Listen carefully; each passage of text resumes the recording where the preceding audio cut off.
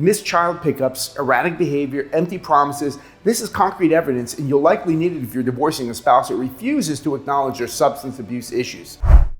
As a Georgia divorce lawyer, I encounter drug use allegations in family law cases pretty much on a regular basis, everything from marijuana to cocaine to heroin. So what should you do if you're going through a divorce and your spouse and your kid's other parent is a habitual drug user?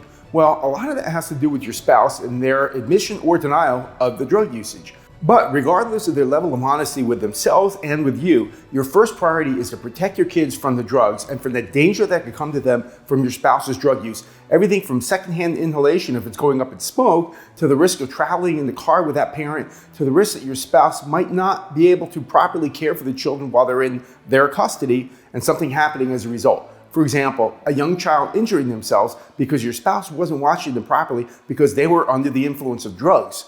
Okay, now let's talk about their admission or denial of the drug use. If they admit to the use, you can hopefully negotiate a parenting plan with strong terms and boundaries, even random drug testing as a condition of being able to exercise parenting time with the kids.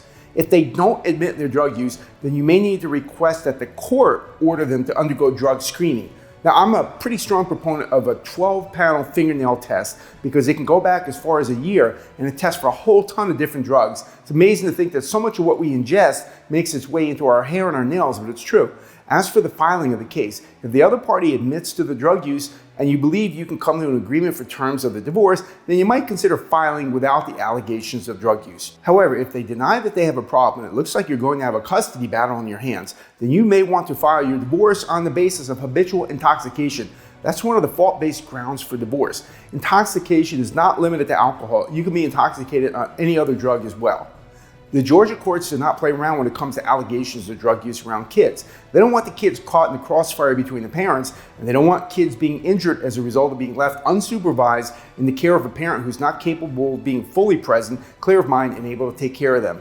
So when it comes to custody, the impact of drug use on children is a heavyweight factor in the court's custody determination, and an addicted parent translates to an unstable environment, and the court's priority is to shield the kids from that environment. So how do you handle divorcing a spouse with substance abuse issues, whether those substances are alcohol or harder drugs?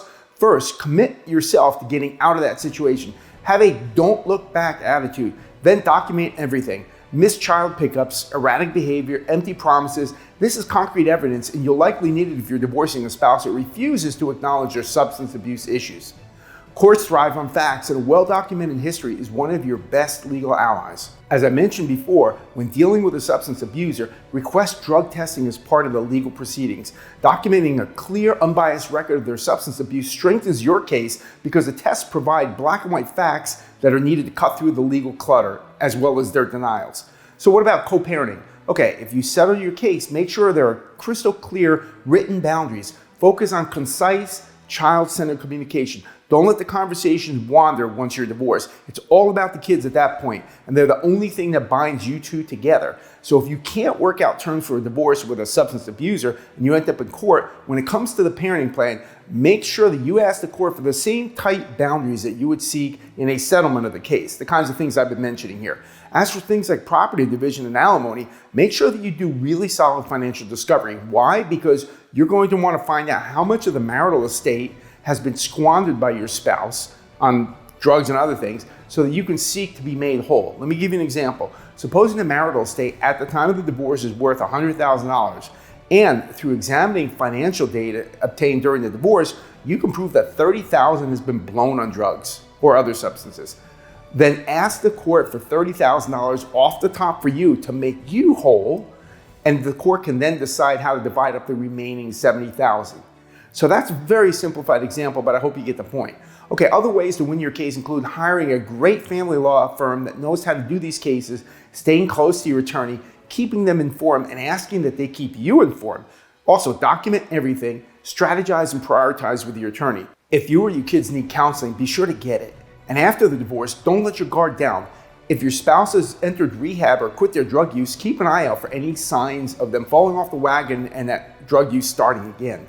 I don't say this to be punitive or mean. I say it to be protective of both you and your kids. You're tied to them through your kids. And if they're going to be spending time with the kids, you must keep the kids safe from their drug use, and you have to be on the lookout for signs of its return. I know this isn't fun, it's not easy, it's certainly not what you signed up for, but I'm a pragmatist. I look at what's in front of me and figure out the best way forward, and I want you to do that too. When the landscape changes, adjust your plan accordingly. All the diligence will eventually pay off when your kids reach adulthood with a safe and happy childhood to look back upon because of your diligence. Hey, thanks for watching this video. Be sure to click subscribe, like, follow, and turn on the alerts so that you'll get notified when we post our newest videos. Please share these videos and leave us some comments, ask us questions, tell us what other topics you'd like for me to talk about. Join our Facebook group at Georgia Divorce and Custody for even more information. And as always, I look forward to seeing you on the next video.